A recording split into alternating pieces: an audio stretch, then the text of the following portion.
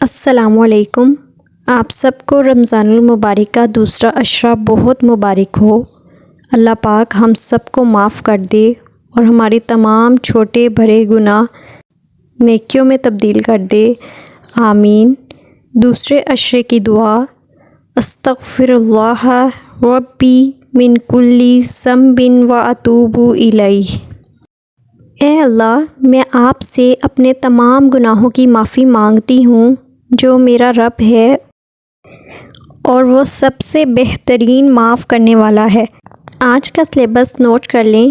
حضرت داؤد علیہ السلام کا قصہ، حدیث مبارکہ، رمضان المبارک میں روزے اور تراویح کی اہمیت، اذان کا جواب اور دعا۔ حضرت داؤد علیہ السلام اللہ تعالیٰ کے بہت ہی برگزیدہ نبی تھے۔ آپ حضرت یعقوب علیہ السلام کی اولاد میں سے تھے۔ اللہ تعالیٰ نے حضرت داؤد علیہ السلام کو آسمانی کتاب زبور عطا فرمائی۔ اللہ تعالیٰ نے آپ کو نبوت کے ساتھ بہت بڑی بادشاہت بھی عطا فرمائی۔ آپ علیہ السلام ایک زبردست اور وسیع سلطنت قائم کی۔ حضرت داؤد علیہ السلام سے پہلے بنی اسرائیل میں نبوت اور حکومت الگ الگ خاندانوں میں تھی۔ حضرت داؤد علیہ السلام پہلے بنی اسرائیل کے شخص تھے جنہیں نبوت اور حکومت دونوں سے نوازا گیا۔ آپ کو قرآن مجید میں خلیفۃ الارض کا خطاب دیا گیا ہے۔ حضرت آدم علیہ السلام کے بعد حضرت داؤد علیہ السلام ہی وہ پیغمبر ہیں جنہیں خلیفے کا لقب دیا گیا۔ حضرت داؤد علیہ السلام بہت معاملہ فہم تھے اور عدل و انصاف سے کام لیتے تھے۔ حضرت داؤد علیہ السلام بادشاہ ہونے کے باوجود عبادت اور نیکی کے کاموں میں اپنی مثال آپ تھے۔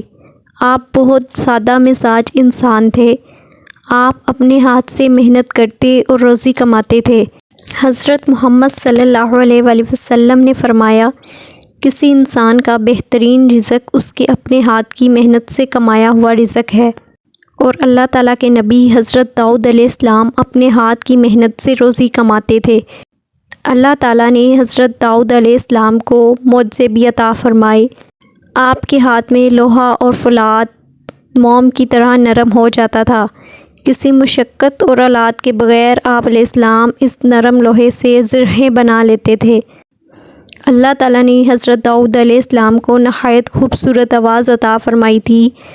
جب آپ علیہ السلام زبور مقدس کی تلاوت کرتے یا اللہ تعالیٰ کی حمد بیان کرتے تو انسان، پرندے اور پہاڑ بھی آپ کے ساتھ شریک ہو جاتے۔ حضرت محمد صلی اللہ علیہ وآلہ وسلم نے فرمایا کہ اللہ تعالیٰ کو سب سے زیادہ محبوب نماز داؤد علیہ السلام کی نماز اور سب سے زیادہ محبوب روزے حضرت داؤد علیہ السلام کے روزے ہیں۔ وہ آدھی رات تک سوتے اور پھر اٹھ کر رات کا ایک تہائی حصہ عبادت میں کھڑے رہتے اور رات کے آخری حصے میں سو جاتے۔ ایک دن روزہ رکھتے، ایک دن ناگا کرتے۔ وہ میدان جنگ سے کبھی فرار نہیں ہوتے تھے۔ حضرت داؤد علیہ السلام نے 100 سال عمر پائی۔ حضرت سلیمان حضرت داؤد علیہ السلام کے بیٹے ہیں۔ حضرت سلیمان کو بھی نبوت سے نوازا گیا۔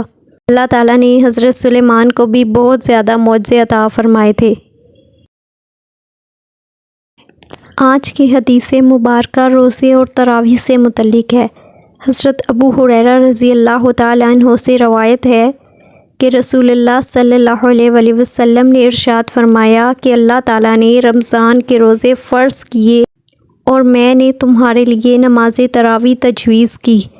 پس جو لوگ رمضان میں روزہ رکھیں گے اور تراویح پڑھیں گے ایمان اور احتساب، اجر آخرت کی نیت کے ساتھ، تو وہ اپنے گناہوں سے اس طرح پاک ہوں گے جیسے اس دن جب وہ پیدا ہوئے تھے، گناہوں سے پاک تھے۔